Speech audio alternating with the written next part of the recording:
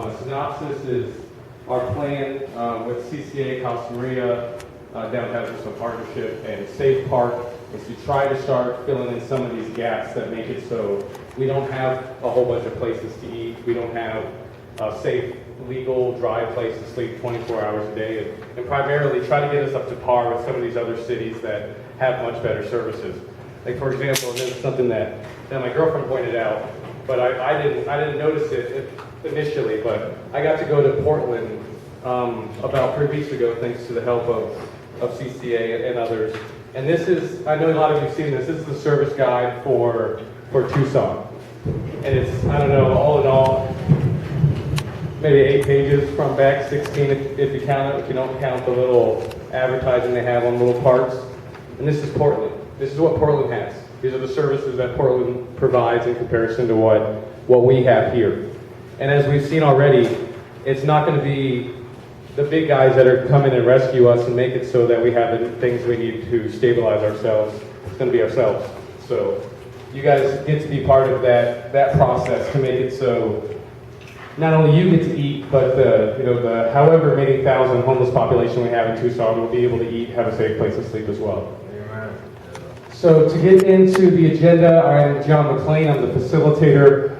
I'm a homeless activist. So for the past 3 years, I've been getting arrested and been doing certain things to try to feed people and try to make it so it's not a crime to be homeless. Because currently in Tucson, it is a crime to be homeless on a lot of different fronts.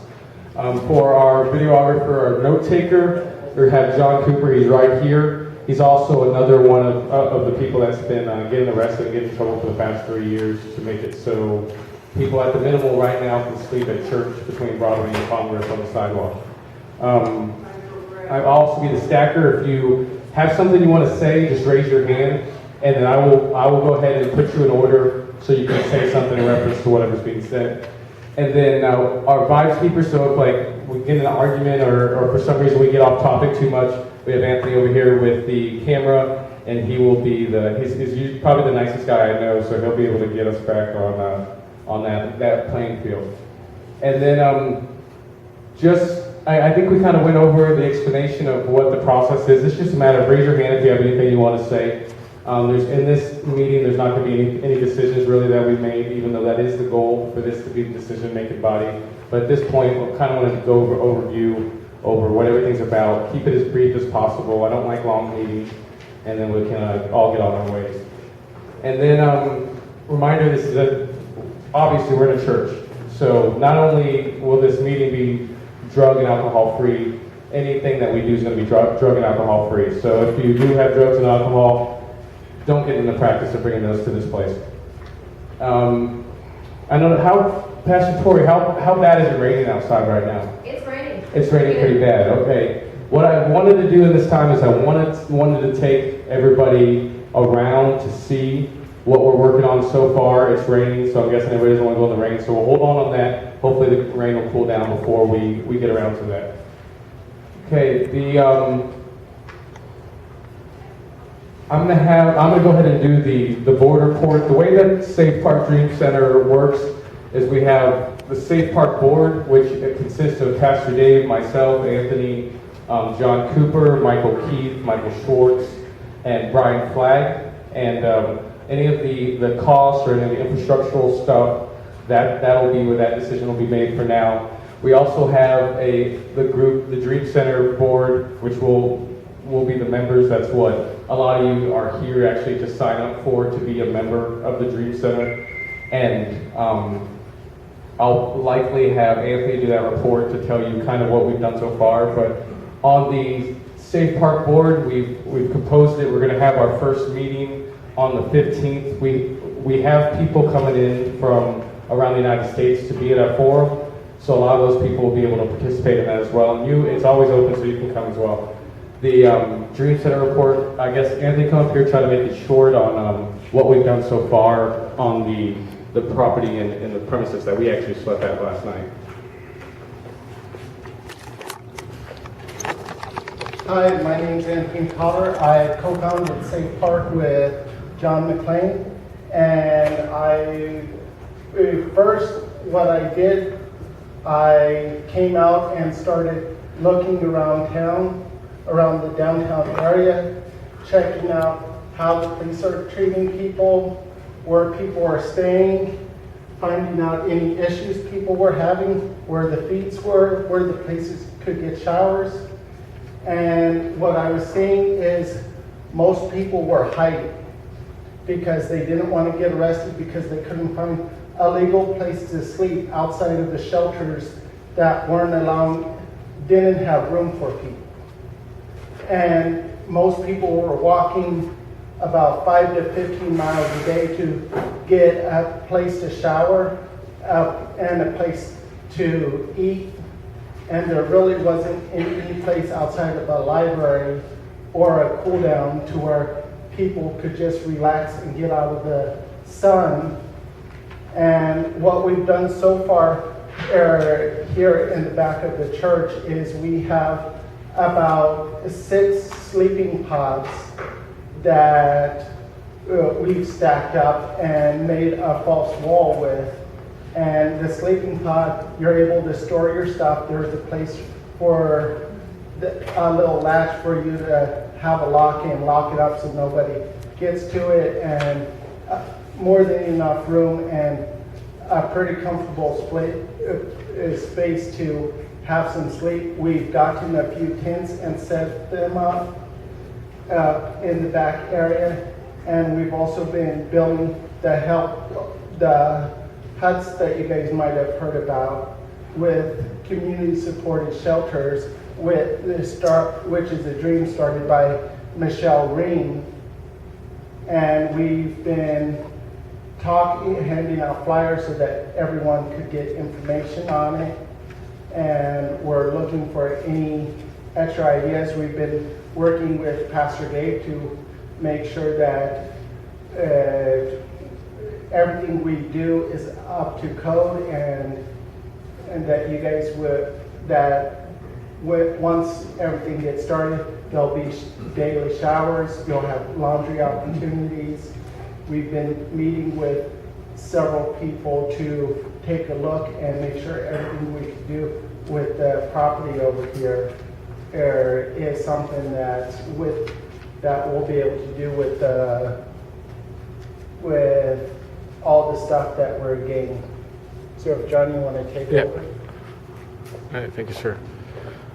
Okay, so to get into kind of the meat and potatoes of why a lot of people are here, I'm going in a second here. I'm going to send you back to where Sandra and Laura, which I call Grandma, are sitting, and you'll actually sign up if you would like to be a member. I'll get into the processes of what being a member is. At Sunday, at the follow-up meeting at 7 at this exact same place, we'll get into the intricacies of the responsibilities of being a member. But this is the process in becoming a probationary member. You have if you were to want to be a member this coming Sunday, or be voted to be a member by the membership group this coming Sunday, you'd have to serve or stay 3 consecutive days at Safe Park on Church between Broadway and Congress. You have to sleep there 3 consecutive days. You have to feed at CCA 3 of their consecutive days, so Monday, Tuesday, and Thursday. And then you'll have to accomplish 2 security shifts, because one of the things the members currently are doing here is we secure our area here and make sure someone's always around here and Safe Park, just in case we have to do an incident report. Okay. Yes. What's this Safe Church? Safe Park. It's on Broadway, in between Broadway and Congress on Church. So you mean the sidewalk? Yes. So one would have to stay there. There for 3 consecutive days. Could you tell me why? Because that's going to be one of our functions. Since currently we don't have Because somewhere on site. advocacy or Well, currently we don't have somewhere on site that we can sleep over 50 or 60 people. We don't have an overflow site. We don't have a legal place where more than the 20 people that would be staying there to sleep. But we do have that in Safe Park. We have a place where people can go, and we monitor closely to make sure they're not being harassed while they sleep against the cops or against the locals. because you can understand my apprehension about staying in a place where cops regularly do come by and may potentially hurt. Well, that's the point. That's why a lot of this I don't is want to lay starting. myself open for that. But at Safe Park, if the cops do mess with you, they're in a lot more trouble than you're gonna be. Especially if you're not drinking, you're not smoking, you're not doing anything illegal except for sleeping. That's the point. That's what we've been working the past 3 years for. The reason you see people there right now is because we already went through the footwork and getting arrested, taking it to federal court, and having a judge say that you could sleep there. And if they mess with you, they're in trouble. Yeah, just, I have a comment and a question. As far as sleeping at State Park goes, it's legal to sleep on any sidewalk in the city of Tucson as long as you aren't blocking passage where people can't get through. So the cops cannot hassle you for that. Yeah. They can't hassle you for other reasons. But is my understanding you're requiring someone to stay there 3 days to become a member? Yeah, well, one of the requirements of being a member is you'll have to stay there once a week.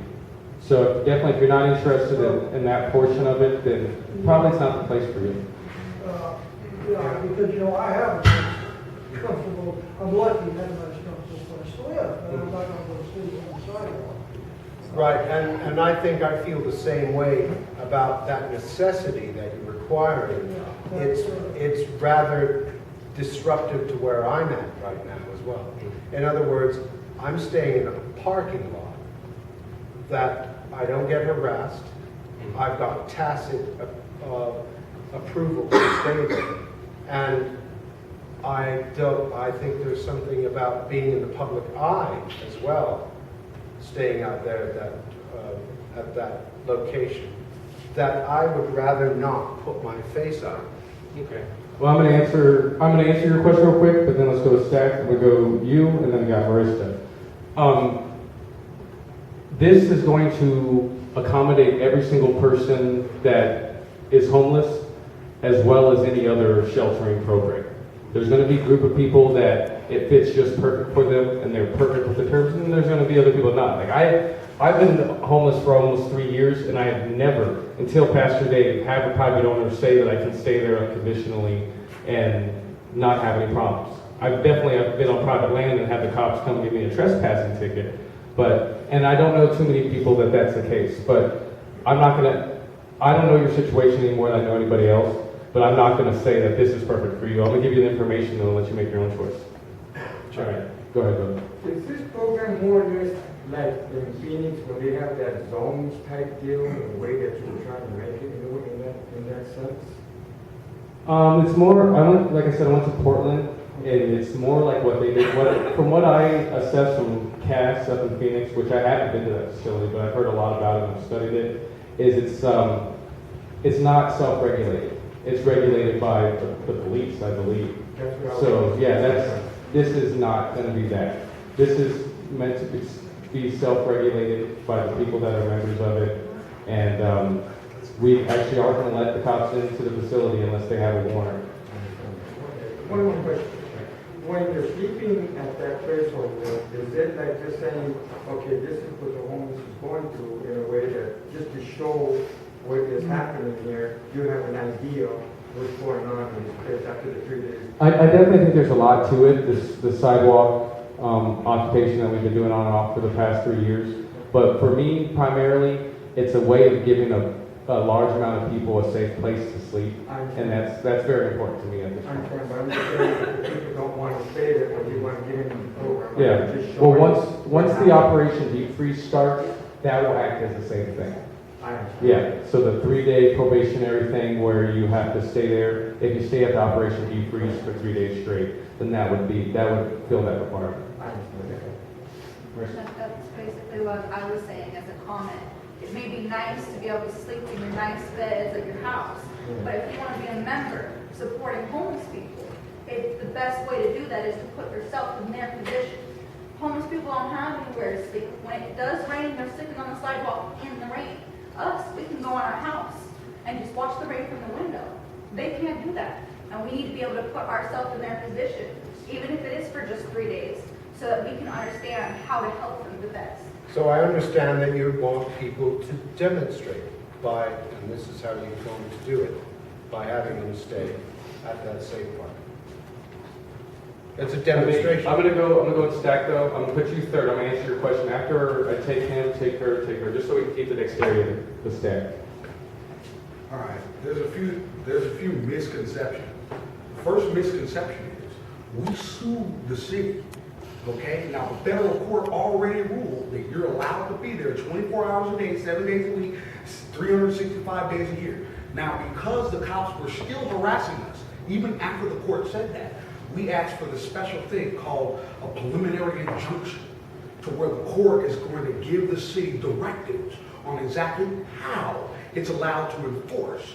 And the court's going to explain that the city is not allowed to arrest or harass anyone for sleeping on that sidewalk. Okay, that'll be in November. So safer than where you're at right now would be Safe Park, because if they come up to you, if the police come up to you, there's gonna be a guy there like me that's gonna whip out that court order, and is gonna be arguing with the cops about what they can and can't do. And he's gonna have that court order right there, and he's gonna enforce that on the government.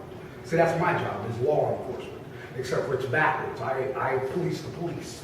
And for sure, they're gonna follow that court order, or I'm gonna get that cop in jail. I'll file a motion for contempt, the federal judge will have a hearing, and that cop might be in jail. Like, so they're not gonna play that game. Once the court gives us the order, the system that he set up is actually fairly nice. Like, we have to have a spot where we can accommodate a larger amount of people.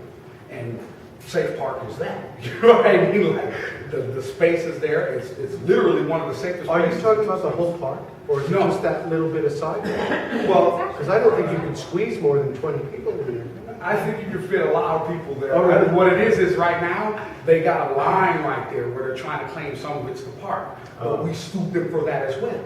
And Was there a survey done? Let's not go Well, back I to that. just want to explain to him where it's at, so that way people can understand it's not like you're just going to be sleeping. Well, I think Sunday, at the Sunday meeting, I mean, even if you want to be a member or not, that's where we're going to get into it a lot. I wanted to keep this as brief as possible, just so that way, you know, the people that aren't involved in the different parks aren't. So we can hurry up and get out in the rain. Exactly, so we can hurry up, right out there. You had a question? Yeah, the one downtown that everyone is, so right in front of the door of the library, is that going to be like, we have to stay right there at the library? No, it's not at the library. No, Not it's the at, library, but at that little park area. No, For the there's a night. park right across the street from the Superior Court. yeah, you know the where we get the coffee and donuts in the morning? Building in Tucson. Yeah. That's the park we're talking about, 50 Pancho Villa. Pancho Villa. Yeah. I got it, thank you, Cooper. You're always very helpful, though. All right, does anybody else have, okay, Grandma, yes. Park we got kicked out of, What's that? is that the park we got kicked out of? Yeah, we've been kicked out of that park many times, yes, up until this point. Okay, the sidewalks there, Yeah. can we be on the grass or on the park after 10:30? No, you can't be on, you have to be on the sidewalk all the way till 6, did you say the rain stop? Okay. Can we put a tent there or something? No, just good old fashioned blanket and backpack and, Cardboard. yeah, soft cardboard. What I've been doing for pretty much the past 2 weeks nonstop and what I've done for a very long time. But it's not the most comfortable, it really isn't. But 3 days isn't that big a deal, even one day. I mean, I'm gonna do it, I will likely do it every Friday, Saturday, and Sunday, so I can be out there to make sure that the people that do want to be members are there. So, I mean, I'm not going to put anybody in a position of something I want to do, and we've already talked about, you know, all the ways that why it's a good thing. Does anybody else have any questions about that procedure? Okay, if you do want to be a member, head back to Sandra and to Grandma and sign up, and you can actually leave after you sign up if you do want to be a member. Are you not doing the back tour then? Oh, that's true, yeah. Actually, let's go ahead and let's all stand up. I guess the rain has stopped, and we'll walk outside and we'll actually look at the facility so you have a better idea.